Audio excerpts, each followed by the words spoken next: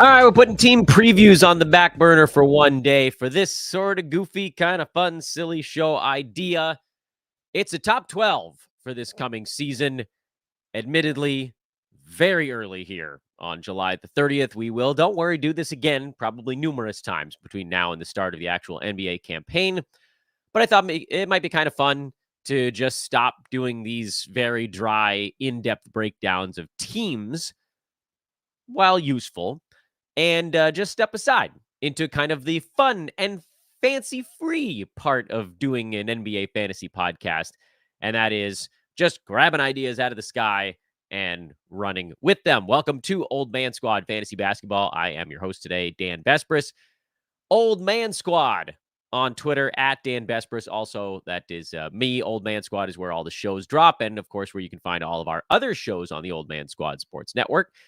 And on top of everything else, that feed at Old Man Squad will follow you back at some point over the following 24 to 48 hours after you follow it. So you'll gain a follower out of that fun excursion.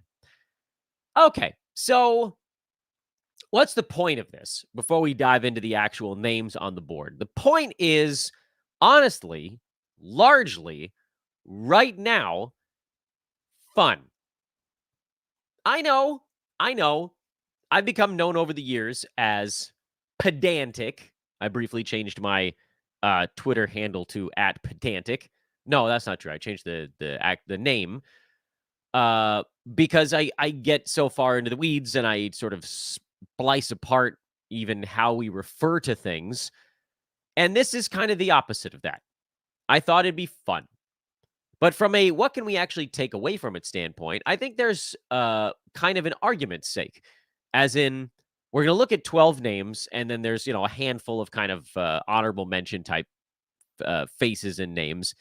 And I don't think that this is necessarily set in stone. I don't want to come before you and say that this is perfect because, again, we've talked about how kind of bucketing out players is probably the way to do it. But it also can start a discussion. So if you have some thoughts on it, please throw them in the comments section during the show. If you're watching live on YouTube, you can also throw it on the show after the fact. That's a great way to get a hold of me in addition to over on social media. Let's throw the first slide up on the board just so everybody can see. These are the Dan's very early per game, mind you, per game, 24-25 season, top 12. This is not handicapping games played. This is not the order that you should necessarily draft these players in October, mostly because we're not incorporating games played. There are a couple of names in here you'll notice where you're like, yeah, that dude played 35 games last year. But because they have such incredible per game potential, it gives us something to talk about. Number one, I believe, will once again be Nikola Jokic. And I don't think it's that insane to say it. I don't think that this requires a ton of explanation.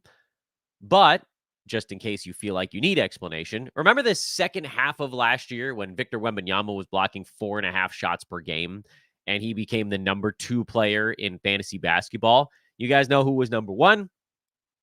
Still Nikola Jokic.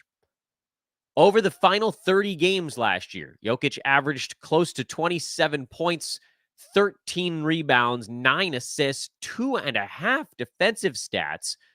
He even hit a three-pointer on 59% shooting from the field, 83% at the foul line, and believe it or not, only 3 turnovers a ball game. So assist to turnover ratio of about 3-1. The other, I think, thing at play here in the sort of battle for the number 1 spot, which, by the way, like, you're not really going to go wrong with either of these choices. But my strong feeling, my strong preference for Nikola Jokic is largely because of how good he is. And we've talked about this before on the show at so many different categories. Again, just looking at the last 25 to 30 games last year, Nikola Jokic was, and we'll use sort of, it's a little Z-scory, but it's useful here. Nikola Jokic was what I would consider hyper elite in rebounds, assists, and field goal percent. He was elite in scoring over that stretch at 27 points per game. He was elite at steals, believe it or not, at 1.8 during that run. He was a positive in free throw shooting, a break-even blocks per game guy, and literally, as far as first rounders go, the only slight negative for Jokic was three-point shooting at only 1 per ball game. Wembanyama, by the way, is coming up real soon on the board here. But if you compare that same stretch, where again, Victor was playing 32 and a half minutes over this stretch per ball game. This is when they had sort of taken the restrictor plate off and let him run. And Wembanyama over this same stretch averaged 23 and a half points, 12 boards, 5.3 assists, 6 combined defensive stats, 45.7 from the field, 76.9 foul line, and 4 turnovers per ball game. You heard some truly insane numbers that I just rattled off. But if you're doing this sort of head-to-head comparison, Wembanyama, a new category of elite for blocks at 4.5 per ball game there. Hyper elite doesn't even quite do it justice. He is by himself, like win you the week, sometimes almost on his lonesome. And I get it. Mathematically, that isn't true. Wemby's not winning you blocks by himself. But if we don't take that statement as meaning exactly what it says, he does basically win you blocks by himself, because you're saying, okay, Wemby, and you have another 12, 13, whatever players on your roster that cycle in your head-to-head battle. And if all of those guys are just sort of like, meh, roll them together, like call them slightly sub-average in blocks per game, combining those guys with Wembanyama is probably going to win you blocks most weeks, unless you're playing a team that has 2 of the hyper elite guys, like the Anthony Davises that are over 2 blocks a ball game. Porzingis was over 2 blocks a game, and he has to be upright for that particular day. Gobert, that type of list. You have 2 of those guys plus whoever else, you got a shot. If you don't, Wemby was basically winning it by himself. Does that make sense? I think we've begun to misinterpret the expression like winning a week by himself. He obviously can't win it by himself, but you have 12 other guys on your roster that you're cycling in that are all getting like half a block per ball game. And then Wemby getting 9 times that amount gives you such an obscene advantage that you need to, again, some other team needs to have a couple of guys that are like 4 times that, another 4 times that, and a 2 times that, or whatever. And they have to be so much better in everybody else to compete. But point I actually wanted to make on there was not that Wemby is in a class by himself in blocks and could potentially win you a week, but he's really only hyper elite or better in 2 categories. So already Jokic is ahead of him by 1 category there. And then for Wembanyama, his scoring, let's say it matches Jokic this coming year, but it wasn't quite as good this last season. His assists were just above half what Nikola was putting up there. Steals, believe it or not, Jokic actually was beating him during this stretch, but call it relatively even in that front. And this is the big one, Wemby was a significant disadvantage in 2 categories, and another third, if you want to call turnovers involved, he was much worse, believe it or not, than Jokic. So there's a little bit of a head-to-head versus roto thing going on there, but I don't know that that's even entirely accurate, because even in head-to-head, Jokic gives you this, basically you say points, boards, assists, steals, field goal percent. That's 5 categories where he gives you this big start.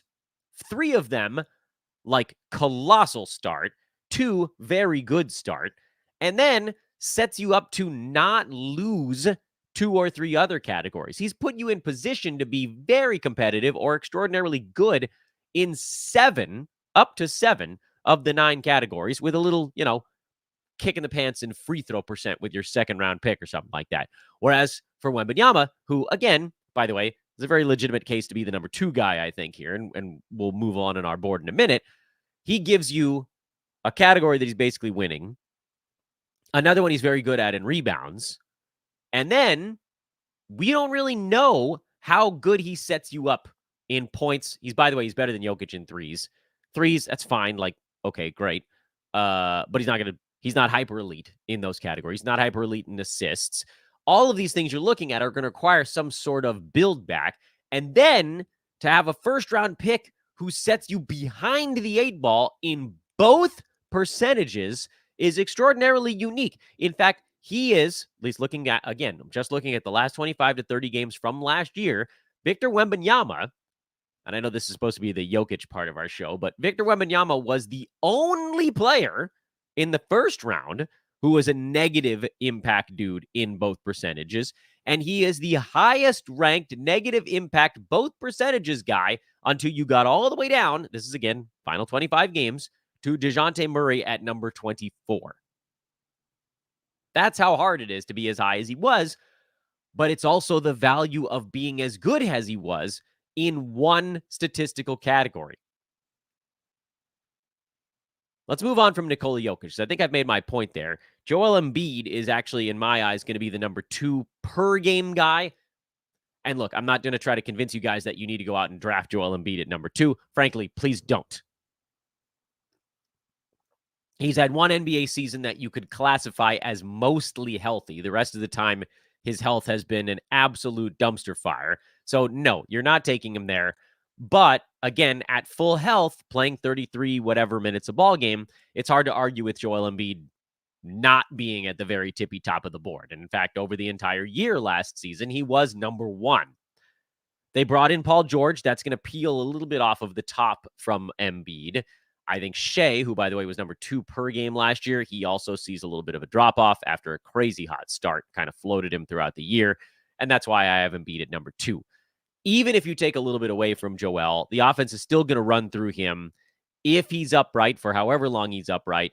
He's a 30-plus point per game guy, 1.5 3-pointers, over 10 rebounds, over 5 assists, 2.5 to 3 defensive stats a game, big-time positive impact guy in both percentages, more so free throw than field goal. But again, last year he had a bigger impact in those categories even than Jokic did. He had a bigger impact in those categories than Shai Gilgeous-Alexander. Joel was the single best positive impact guy in percentages in the NBA. And maybe he's not number 1 in that combined metric this coming year, but he'll be top 2.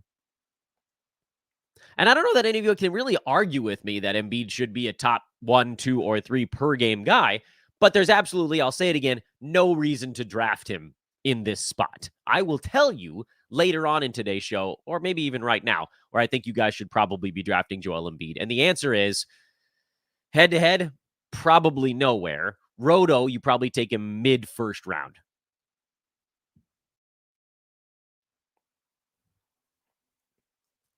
Let's get to the next one, because Embiid to me is one of the least interesting names on this board because there's no reason you're taking him at 2. And then you get to Victor Wembanyama. So this is where we can kind of finish up our discussion on Victor. I think he's number 3 per game this coming year.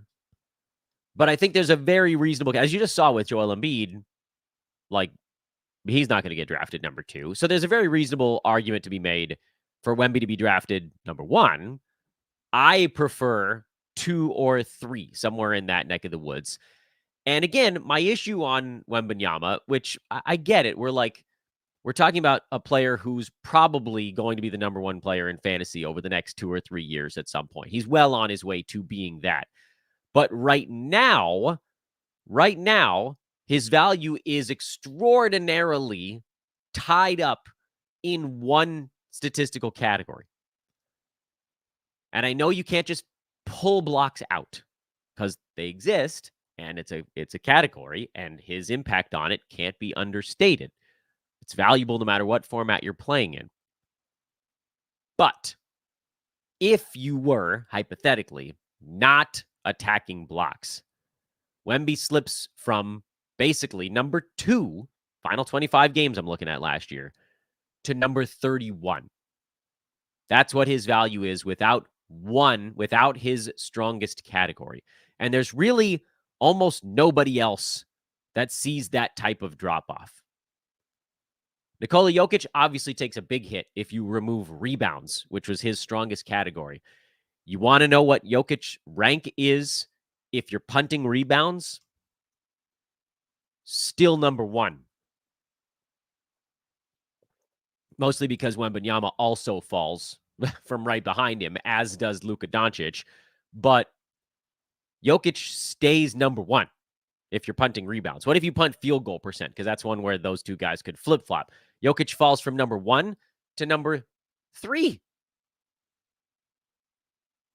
That was his second best category. What if you were punting assists? How far does Jokic fall? From 1 to 3. He falls behind Wembanyama. So if you're punting field goal percent, that's how those guys end up flip-flopping. But the point I was trying to illustrate here is that for these other guys at the tippy top, that's an adorable way for me to refer to it, I know.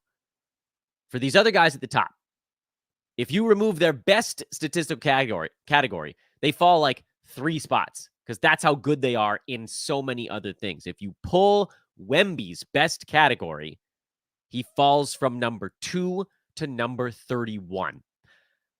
He would have to make such a pronounced jump in the percentages. That's where the issue really is. That's where the jump needs to be made. And maybe he does move forward in those. I think there's actually a better than 50-50 shot that he improves in at least one, maybe both percentages. But it's not enough in my eyes to say, look, I want that foundational piece on my team, head-to-head, roto, whatever. And with Jokic, I can look at my club and I can say, okay, I have a very easy path now in head-to-head. I'm probably punting 3s. In roto, I don't have to punt anything with Jokic. With Wemby, if you draft him, you have a tough choice on your hand. What are you punting? Are you punting turnovers? Free throw? Field goal? I would argue probably field goal because you just drafted your center and he's a negative in that category. But I don't know, like we talked to Adam Stock a couple weeks ago and he was like, there were a ton of great field goal guys that you could draft at 50 or 60 and then you became a punt 3s team. So nothing is locked in stone yet, but it becomes much, much harder with Wemby to guarantee 6 categories than it is with Nikola Jokic. And I get it. This is hair splitting. This is upper division hair splitting because both of these dudes are insane. They are redefining how fun it is to play fantasy basketball, but I got to pick one. And so for me, it's Jokic. Number 4 per game is Anthony Davis. There's also the injury stuff attached to him. And I know you guys are like, what are you frickin' talking about? Where's Luka? Don't worry, he's coming.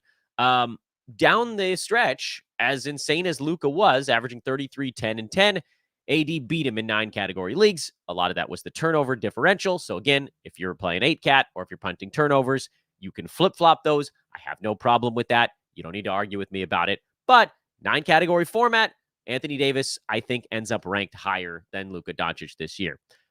You give me the opportunity to draft one or the other at pick 3 or 4, I'm obviously taking Luka. So this is where sometimes ranks can cloud judgment a tiny bit. AD may finish ahead of Luka, but in almost every format, you're going to want to build your team off of Luka Doncic for the same argument I just made as to why you'd want to build your team off of Jokic over Wemby. It's the same argument. I can't take the other side on this one. Luka, hyper elite in scoring, 3s, and assists. He give you those big 3 starting points. It's delicious. Gives you nice steals, gives you excellent rebounds, really terrific rebounds, especially from a guard. Doesn't block shots. Okay, we'll deal with that down the line. Field goal percent, and I'm looking again at down the stretch. He shot about 48% from the field, 81 at the foul line during that span.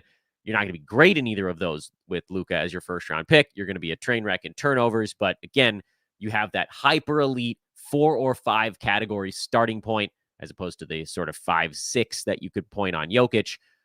Whereas comparatively, and I know I've got AD's slide up on the screen for those watching on YouTube, AD's a similar guy where you remove the best category, he drops.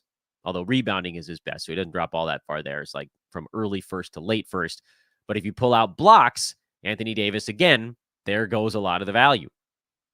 AD, very good in blocks, very good in rebounds, and solid in steals, but probably going to be sub-average compared to first-rounders in scoring. Kudos to AD for being a positive in both percentages. That was nice, but he doesn't hit 3s. He's very bad at them. He doesn't pass. It's harder to build off of that, no matter the format. Although, again, I'm not going to argue if somebody let Anthony Davis fall to me a little bit later on.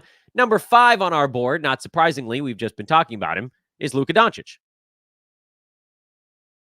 Again, this is just strict ranking. I would rather have Luka over Anthony Davis, who we just talked about. I would rather have Luka over Joel Embiid, blah, blah, blah. Again, this podcast, I must remind you all, is not the order that I'm drafting these players. This is the order that I believe they will be ranked at the end of the year per game in 9 category leagues. By the way, please take a moment to like, rate, and subscribe. I probably should have mentioned that earlier on because, again, everybody wants to hear when you're talking about the number one guy. It's really important, by the way, for us. If you like, if you rate, if you subscribe, YouTube, whatever, after the fact, that's how we grow this thing, especially doing kind of a fun, sillier show like this one. We've talked about Luka a lot already, so I don't think we need to sort of double dip on that one. Pretty easy choice to make there. Now we've got a fun one here. Kawhi Leonard, I've got at number 6. Kawhi was number 15 down the stretch last year, and he has all the injury stuff tied in. But I actually think I may be even aiming a tiny bit low at number 6 with Kawhi. I think he's got a shot to be inside the top 5 this year on a per-game basis. I don't think it's nuts to think that he has a crack at number 4 on the per-game side. With Paul George gone, I would sort of remind all of you guys of what season it was like about 3 seasons back, I think, when PG was out for most of the year. What was that? Was it 3 or was it 4 years ago? What was the year where Paul George was out for a while?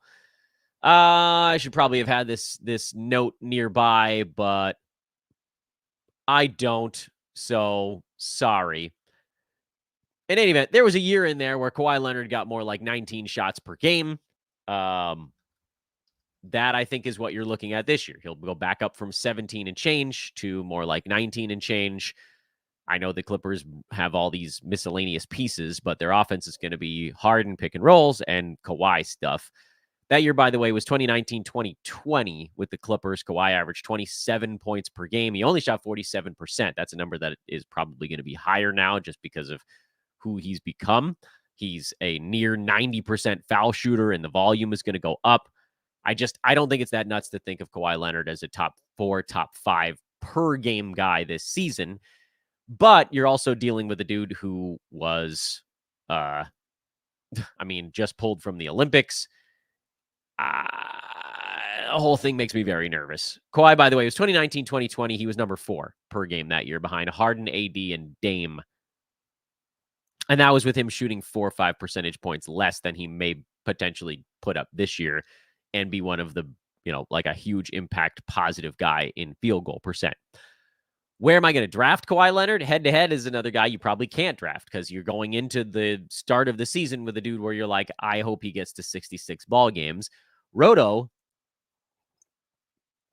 you don't need to do all that much digging to find a year where a guy missed 20 games as a top 5 dude. Where did that guy end up? Well, actually, an interesting example of this would be Kyrie Irving from the 2020-2021 season. He was number 3 per game that year, but he missed 18 ball games. Want to know where he finished by totals? Number 6. And I'm not saying you need to draft Kyrie Irving at 6, but that's just the power of being near the top of the board. Kawhi Leonard himself, by the way, was number 6 per game that year, missed 20 games, and by totals, he was still a first rounder. I think Kawhi Leonard has a great shot to be a first rounder even by totals this year, while I also acknowledge that on the head-to-head side, it's going to be extraordinarily annoying to try to roster him because you're going to get zeros mixed in. But Roto, I'm taking Kawhi in the second round, and I'm pretty sure he's going to be there for me in the second round.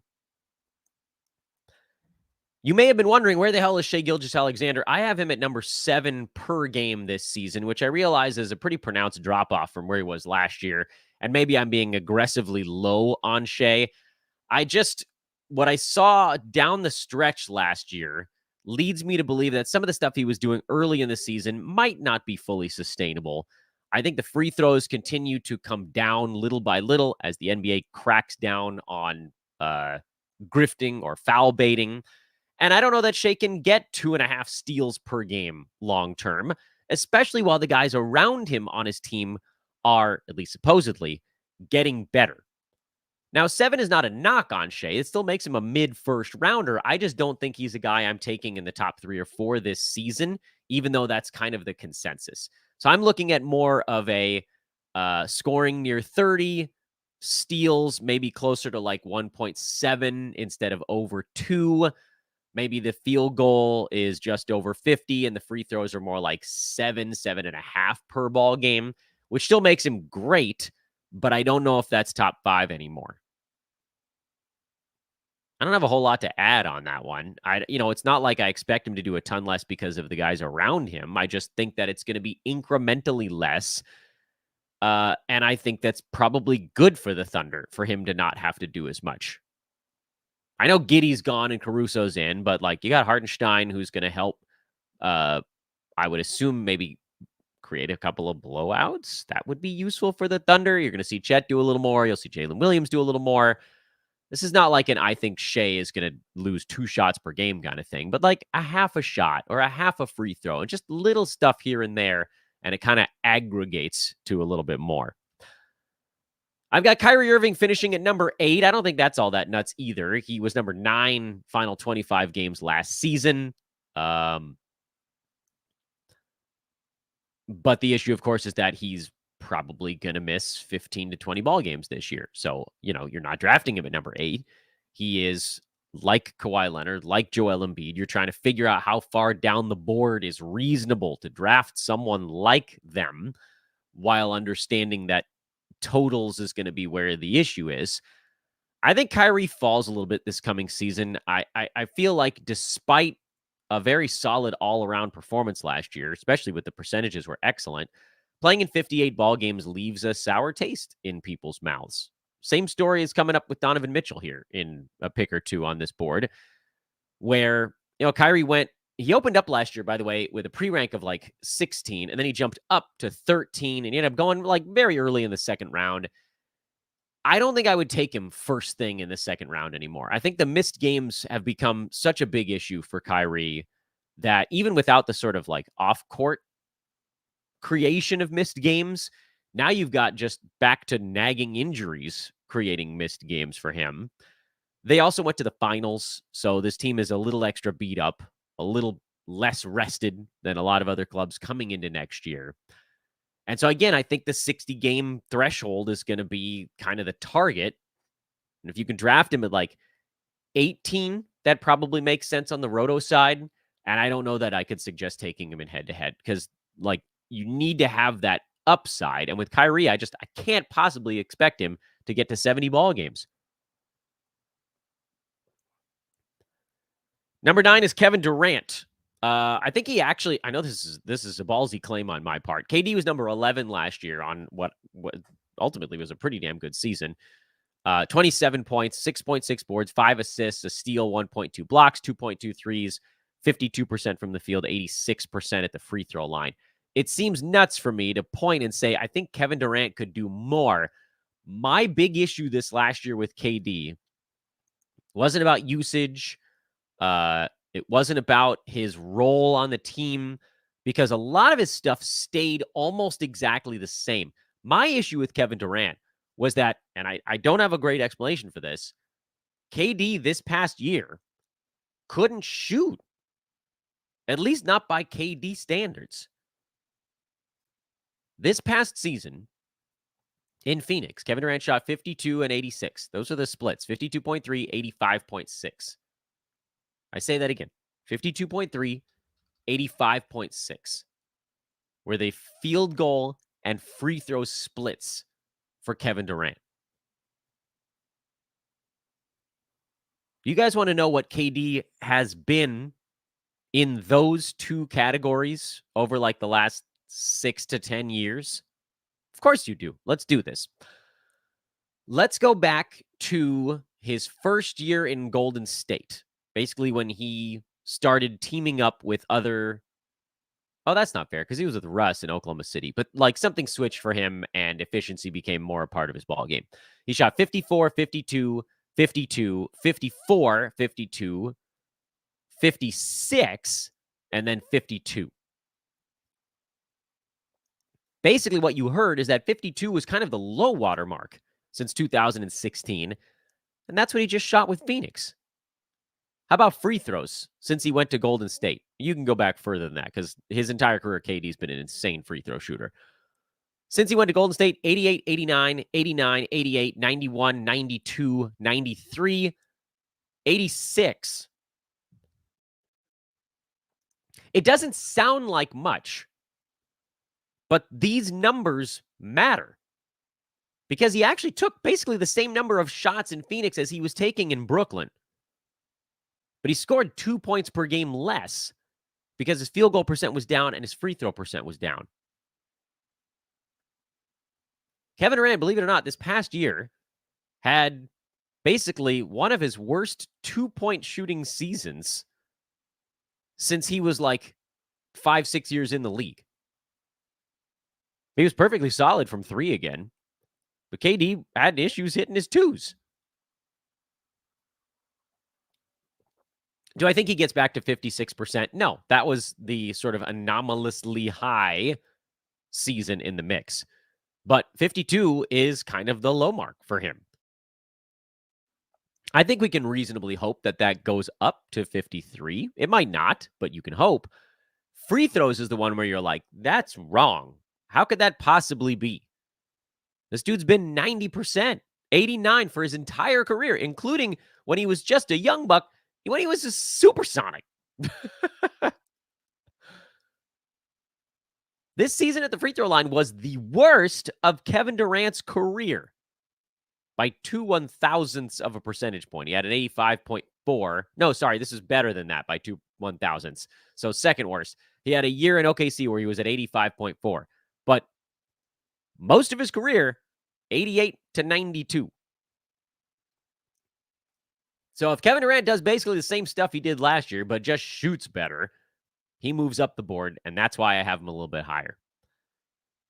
Number 10, and I went back and forth on this one forever. I put Tyrese Haliburton at number 10. I was actually tempted to move him out of the first round.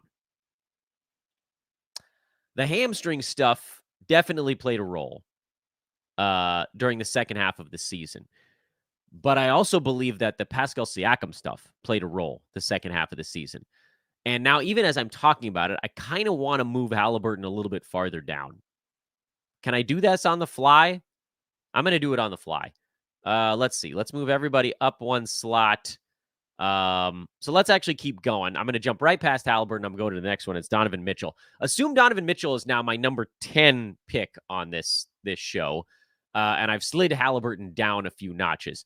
Donovan Mitchell at number 10 is, nothing crazy. Like, he just keeps doing it over and over again. The issue for him, as it has been for a lot of these guys we've talked about, is health. Spider missed 27 games this last year.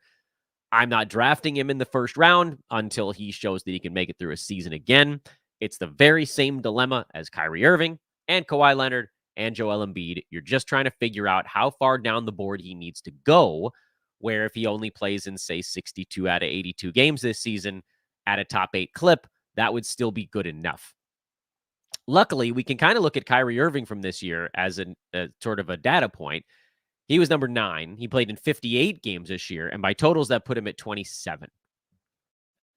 So that's a pretty big drop-off there. And Donovan Mitchell was number 31 in 55 ball games. So if you're thinking about drafting these guys at like 18, well, around where they went last year, that means you're also kind of hoping that they get to 62, 63 ball games. That's what it's going to take. Kyrie probably needed maybe even more like 64, 65 to get there. Donovan Mitchell probably needed even more than that. Same. They were basically the same last year, so not even more. Do we think Kyrie Irving and Donovan Mitchell can get to 64, 65 games? Even if I said yes, you think they last in drafts to pick 18? I don't know that I end up with a lot of either of those dudes. Although I do think that Spida does end up as a first round per game guy. And that's why I have him here at, I know it says 11 on your screen, but it's actually number 10. Steph Curry, I think, has a bounce back year. Maybe I'm an idiot because he's an older dude. And maybe this is this sign that things are trending the wrong way for Steph. I find it hard to believe that he just forgot how to shoot like overnight. Because it wasn't like the makeup of the team changed substantially. And, he's had these intermittent weird seasons where shots weren't going in. But Steph's a 47 and change percent shooter throughout his career. Three-point shot was a little bit lower this last season, but not markedly so. It was about not making any twos. He had his worst two-point shooting season since 2013. Do I think that that's just gone? I'm inclined to think that Steph has a little bit of a bounce-back two-point shooting season. I think the steals could also tick back up from 0.7 to more like 0.9 or 1.0. I don't think he's ever going to get back to those years where he was putting up 1.3 to 2 steals per game, but 1 would be enough for me to feel satisfied. And you roll that all together, and he pushes right back up into the first round. So Steph effectively here becomes my number 11 guy. And now you can look at all the other names together. Let's see here. Oh, I lost my mouse cursor. Where are you, mouse cursor? Doesn't matter, I guess. We'll figure out how to finish up the show without it. The early second round pack now includes Tyrese Haliburton, and I guess I have to pick a number 12 since everybody disappeared. My number 12 probably becomes Jason Tatum, who got off to kind of a slow start last year. That's why he finished this past season. This is, by the way, it's hard to operate a computer when you can't see your mouse cursor. Tatum finished this last year actually at number 11 by totals. Confound it, I can't flip through. I need my mouse. There's the mouse. Per game basis, Tatum was number 15. Second half of the year, Tatum was number 11 because the field goal and free throw numbers came back up where we kind of expected they would be. I don't see that changing all that much. Boston added a lot of bodies, and he still managed to push his way towards the end of that first round during the second half of the season. So Tatum likely becomes my number 12 guy. Who would I take among these other names at number 13? So the other names now are Tyrese Haliburton, James Harden, Trae Young, Lauri Markkanen, Scotty Barnes, and then Kristaps Porzingis, who's hurt and so on and so forth. So obviously he's off the board. But if we're looking for who do I think finishes next on a per game basis, I would probably put give me Harden because of his safe appeal. I think he pushes up into the early second round. Scotty Barnes will be an early second round guy. Markkanen makes me a little nervous because of a potential trade. And then I'd probably go Trae Young, who obviously has much more appeal for his super elite assists and scoring on the head-to-head side, but then the weaknesses also move into the way. The question you end up asking yourself is, can Trae Young get the field goal percent back up where it was the year he made that massive flying mega leap forward? And I don't know that we can count on that actually happening. So Trae would be kind of my last choice in that group, outside of Kristaps Porzingis, who's obviously more of a injury bug darling. And that is the list. Quick couple of notes from the chat room here while we're signing off. Once again, please do hit that like and subscribe stuff. However you're taking in the show. YouTube, you can like it and then subscribe it. iTunes, Spotify, Overcast, all that other stuff. Subscribe. Please do leave a 5-star review if you guys have enjoyed any of the shows we've been doing, especially this sort of lighthearted, fun, early look at some of the big names on the board. And now a couple notes from the chat room. Dem Bird says Wemby could average 28 points per game this upcoming season. You heard it here first. A la LeBron heading into his second year. These all-time generational type players progress different. Yes, I do think that's a possibility, especially if the Spurs don't trade for any other players. But Wemby averaging 28 points, actually, believe it or not, does not. I mean, it doesn't, in my eyes, change the fact that so much of his value is wrapped up in that blocks category. Like, even if you're looking at Wemby, and we've been talking about the last 2 months of last year as kind of like the data point here. An extra 4 points per game, yeah, probably does move him almost into like a dead heat with Jokic for that number one spot. But how they get there is so different in my eyes. I just want the guy who's extraordinary in 6 categories as opposed to the guy who's extraordinary in 3. And still very good in others, but that's kind of where that split comes for me. And Jordan says, hey, Dan, being new to fantasy basketball, I have no idea, if any, if the Olympics plays into next season's top fantasy players. Is this a worthwhile discussion, or do the numbers say there's nothing to worry about? I wouldn't worry too much about the Olympics. More so, I think I would look at the Olympics more from a standpoint of who to worry about as opposed to do I read into small things on players and how they do. What I mean by that is Kawhi Leonard being out for the Olympics. Yeah, that gives me reason for concern. And Luka moving very gingerly and slowly after the deep finals run. That gives me some measure of concern.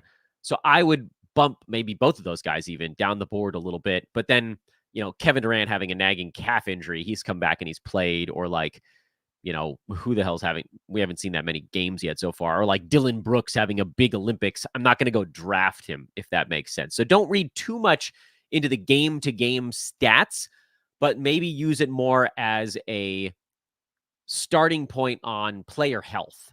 That's the way I would look at the Olympics. Because it's not a particularly grueling schedule. They play, a game every few days.